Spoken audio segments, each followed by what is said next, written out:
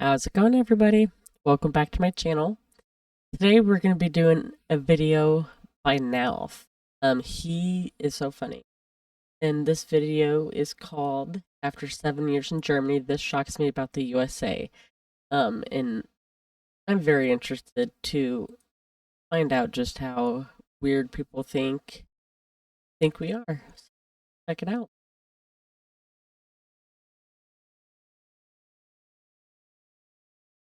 I have lived in a small German town called Schwäbisch Hall for the past 7 years. I am currently back at my home in the States, and I am getting bombarded with reverse culture shock. I am very uncomfortable going in here. Quite shocking to see. This is where Americans come to get groceries. They put it all in one spot. That's none of your business. Why would you ask me that? We made it in.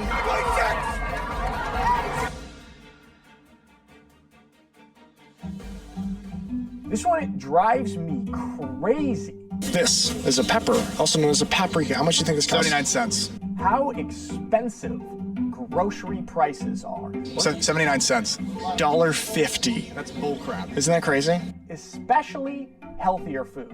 Basically twice the price that it is in Germany. Fruits and vegetables are way higher priced here, at least in. Alright, so I'm actually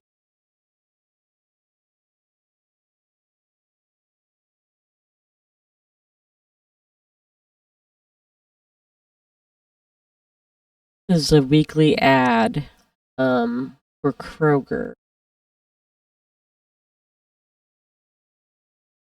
Let's see. And do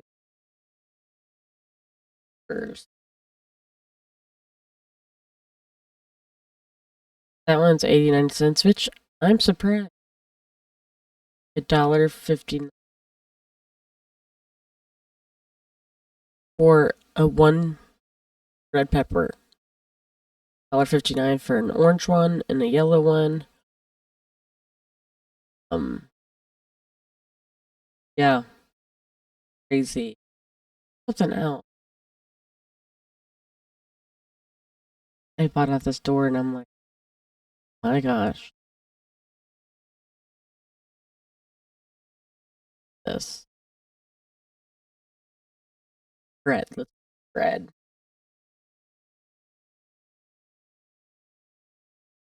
So $1.99 for the store brand bread. 20 ounces for $1.99.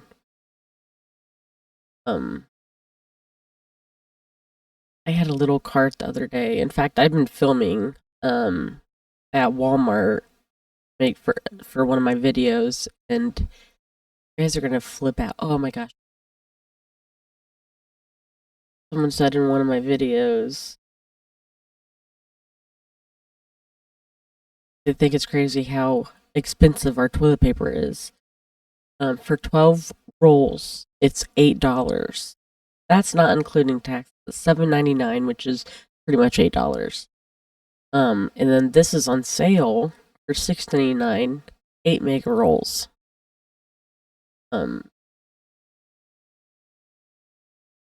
Yeah, $11.99 for 16 rolls.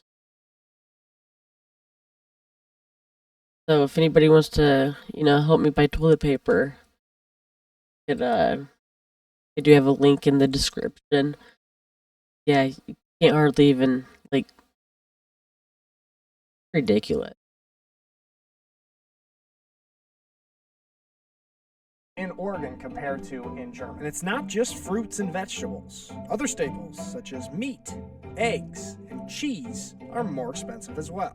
Yeah, everything is very expensive. I was looking it up. Actually, you can compare a lot of the prices. Check out some of these price differentials. There's a cost of living calculator where I compared tons of different items between. Okay, so this was from 2 months ago.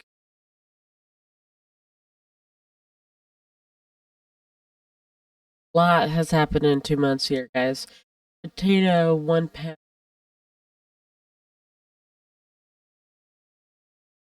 85 cents.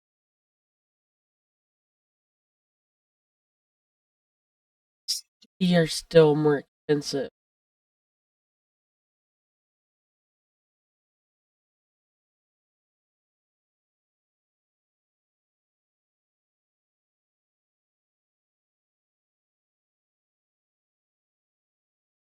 It's $1.39 a pound.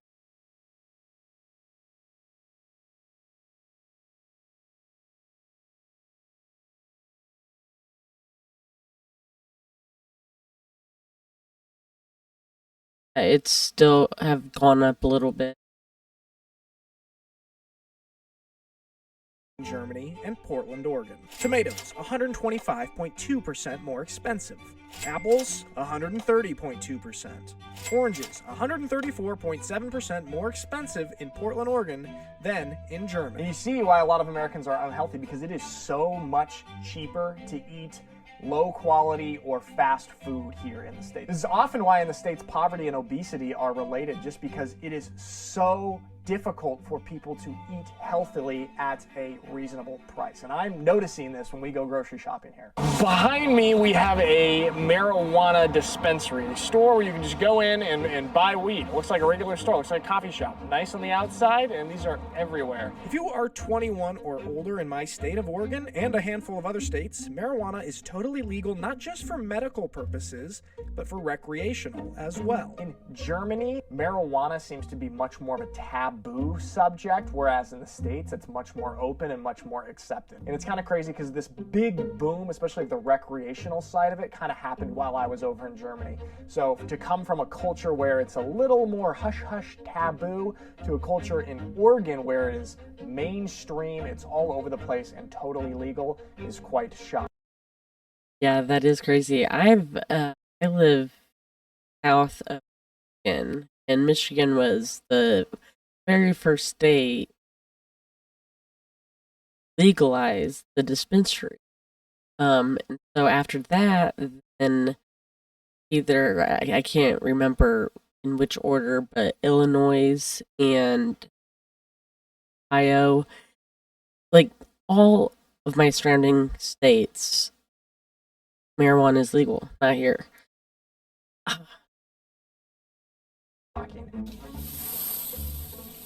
I mean, it's legal, right? It's totally legal. Okay. This one's kind of wild to me. People almost treat politics here like a sport.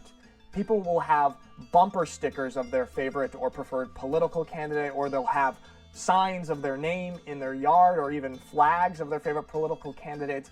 This is something that you do not see in Germany. I feel like in Germany, people's political leanings are much more private for the most part, or at least are not displayed like a sports team flag. It's like so funny. You'll see, a bumper sticker with a political candidate and then an NFL team. It's just like, feels like it's a sport. Yeah, and that's actually like, for America, it's really not safe because bumper stickers could tell a lot about you. For instance, like if somebody has a football logo with your kid's jersey number on it, they probably know that you are at practice from this day to this day on whatever preferred day you choose, things like that, and then like find out where they work, things like that, Kind of wild to see. This one is quite interesting, and it is shared by many Americans that I know that went over to Europe and now come back in the States, and also with Laura, is that for the first few days of coming back to the States, you feel just a little bit sick. When I started eating American food, I got really sick, my tummy hurt, and then I started to get all bloated and had depression. That was from something else. But nonetheless, the food made me sick. So that was my reverse culture shock. Oh, gotta take this. Yep, go for mine. It's kind of like this low-grade nausea. And it happens to me almost every single time I come back to the States after being in Germany. Yeah, I believe it. Our bread lasts for 2 months, guys. So figure that one out. Yeah, so I have a friend that lived in America, moved to England, and came to visit a few times, and he drank the vodka, but drinking our vodka versus the vodka in the UK is so much more different. The next day, he was so hungover. I think he sat in bed for 3 days. Like, it was really bad. Germany for a prolonged period. And my theory is that my body, having lived in Germany for many months at a time, has gotten used to not having all of these American chemicals and preservatives and stuff in the food. And then when I come back to the States and start eating American food, my body is just shocked at the amount of chemicals and different things that we put in our food, and it has like a negative reaction to it. Guys, I've got a bit of a problem. I'm back in the States right now, as you know, and I purchased NFL Game Pass International, but it does not work in the States. It's geo-blocked here. Luckily, I've also got a solution. I just switched my IP address back to Germany, and then I could watch no problem. And that is thanks to the sponsor of today's video, CyberGhost VPN. I do the same thing when I'm in Germany and I want to watch geo-blocked content from the States on platforms like HBO or Hulu. CyberGhost has 9,000 servers in over 90 different countries, and its 38 million worldwide users have made it the #1 most recommended VPN on Trustpilot. A couple pro tips here. The United Kingdom has a great Netflix library. Use CyberGhost to switch your IP address and check it out. Or if you live in Germany, you can actually watch Formula 1 again for free by switching your IP address to Austria and watching for free on the ORF channel. It works on every major platform. You can also share it with friends and family because one account can be used on up to 7 different devices. CyberGhost also helps protect your data by keeping you private and anonymous online, protecting you both from hackers and those pesky data brokers that want to get all your information and sell it. They've also got a strict no logs policy, so CyberGhost doesn't even know what you're doing online. If you use the link in my description, you'll get a great deal, 83% off plus 4 months free. You'll end up paying just over €2 a month. Plus, there's a 45-day money-back guarantee. Awesome product that I highly recommend. It also helps support me in this YouTube channel if you sign up using the link in the description. So check out CyberGhost VPN. All right, back to the video. We are going to a high school football game. So Woo! Sunset! Do you have a face paint? Having football, my football, American football, be the most popular sport. Obviously, in Germany, American football is a smaller sport, more of a niche sport. It is growing, but it is not popular like the way it is here in the States. oh man, yeah, it is so popular. Crazy. My son actually, he plays football in high school and he really loves it. But yeah, it's kind of a big deal. But it's not like, not soccer, what we call soccer. It's kick of like a whatever shape that is. I can't. States. We went to a high school football game and it was so fun and cool to see just how football-centric American culture is. The whole community coming to this high school football game, little kids, the youth teams, all the way up to parents and grandparents, and seeing how football is just a very prominent and important part of American culture. I love that. It is so fun. High school sports are great. Football is great. And it is very positively shocking for me to be back in that.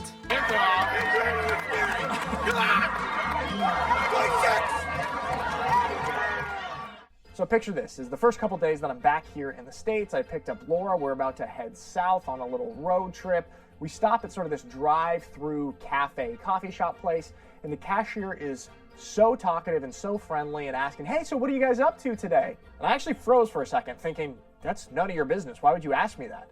Then I kind of realized again, okay, I'm back in the States. This is totally normal to have this small talk, friendly interaction with people. Always like when you're paying by card or something and it takes a couple seconds, there's that kind of little moment. That's when oftentimes people will be like, so what are you doing today? It's just your classic American friendliness, but this does not happen in Germany at all. And so I was Like, I would be so happy if that's how it was here in America. 'Cause, like, sometimes I don't even want to go and see anybody that I know. Just want to look down and keep on looking down. really shocked when that happened to me to my first couple days back here in the States. Now I'm back used to it again. You guys know I love the pleasant American small talk. It is a beautiful, beautiful thing. But when you've been in Germany for a long time and you've gotten used to more German interactions or of some cashier that you don't know asking you, what are you up to today? Or what are you up to this weekend? Felt a little invasive at first glance. What you have here is a strip mall, okay? And I know what you're thinking, not that kind of strip. Strip mall, it's basically a mall where the stores open to the outside. There's a big parking lot here. There's so many strip malls in the United States. Basically, all of our stores and infrastructure is built around strip malls. It's gonna be history one day because slowly these things are starting to disappear in America. We have less and less uh, shopping places like this. So many of those places are completely closed down and nobody's in at all. But yeah, when I was a kid, it was the thing to go to the mall. And now seeing not even these things out and about, it's kind of. This is a bunch of stores on the road. It's basically a big old parking lot because everything revolves around the car. Then you've got a bunch of stores lining the outside of the parking lot. I always think about the German Fußgängerzone, or pedestrian areas, the shopping areas in Germany, and how much more pedestrian-oriented they are compared to the car-centric American strip mall. So I mentioned strip malls. We have one of those kind of close to our house. Maybe it's a kilometer away. And Laura and I have been very European. We've been walking down to the strip mall to the coffee shop. And during these walks, we kind of noticed basically how much of an afterthought pedestrians are. Like how long it takes for the light to turn green for the pedestrians compared to the cars. You get a real sense of the car supremacy in the United States. The pedestrian is a second-class citizen. Absolutely. And just like sidewalks, just in the town really in this town, well, half the places didn't even have sidewalks for walk. Yeah, it is pathetic. Compared to drivers of cars. It's also interesting that there's certain places on the road where I feel like in Germany, there would be crosswalks here, or the kind of like natural crossings for pedestrians. But at least in the area that I live, there are not crosswalks there. So we always have to jaywalk to get across the street. We just crossed the street, but we had to wait a long time because there's no crosswalks and everything is more made for the cars. This one's pretty sad, and it's just the amount of homeless people and tents everywhere, especially driving around the city on a lot of different intersections. There are always homeless people with signs asking for money there, or groups. That is the reality. That around I hope it doesn't get that bad where I have to be on the street. But I mean, I've been there, and those people, especially with all the migrants coming in right now, and you see so many people, our people, on the streets, homeless, living in tents, cold, and then these migrants are given all this money, a place to stay, while there's so many of our people hungry and homeless. And there's no solution to it either. You gotta see it, and it's groups of people, or a lot of tents off on the side of the road, and kind of like these little tent communities. It's very sad, and it's pretty shocking to see, especially after living in a small German town for so many years, where this just does not really exist. How incomprehensibly large the United States is. I really noticed this with driving down to Yosemite with Laura the other week, and we're just driving for hours and hours and hours and barely passing through another state. You know, it took like 7 hours to get through my state to the next state. We are moving through southern Oregon now, soon gonna cross into the Nevada border. If you drive like that in Europe, you're going to be driving through 3 different countries with 3 different cultures and 3 different languages. Of course, yeah, we've got pretty populated cities, but the space in between there is wild to think about. When we drove down to Yosemite, we went for an hour and a half without seeing another building or a gas station. It actually got kind of scary. We were worried that we were going to get stranded in the middle of nowhere. All right, guys, that's all for today. I want to give a shout out again to the sponsor of today's video, my friends at CyberGhost VPN, an awesome VPN at a great price. If you use the link in the description. So I have a lot of footage, the stores, and just things around here that I find extremely weird and shocking after learning so much about Germany and other places in Europe. but I'm definitely going to get going on that editing to do. So if you guys are interested in something like that, hit that subscribe button so you don't miss out on any videos. And of course, like it as well and leave a comment. I will be down there waiting. Thanks for watching, guys. I'll see you in the next video. Bye.